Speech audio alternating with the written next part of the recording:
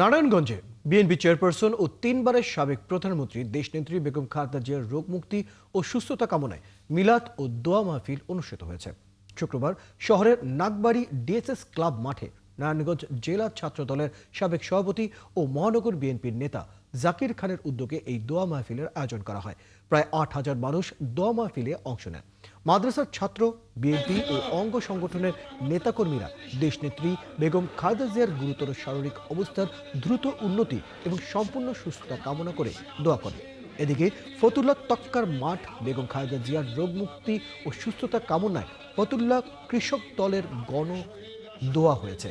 দোয়া মাহফিলের প্রধান অতিথি বিএনপি সিনিয়র যুগ্ম সাধারণ সম্পাদক রুহুল আমিন শিকদার বলেন, দেশে উৎসবমুখর সুস্থ নির্বাচনের জন্য দেশনেত্রী বেগম খালেদা জিয়া দীর্ঘ ১৬ বছর লড়েছেন।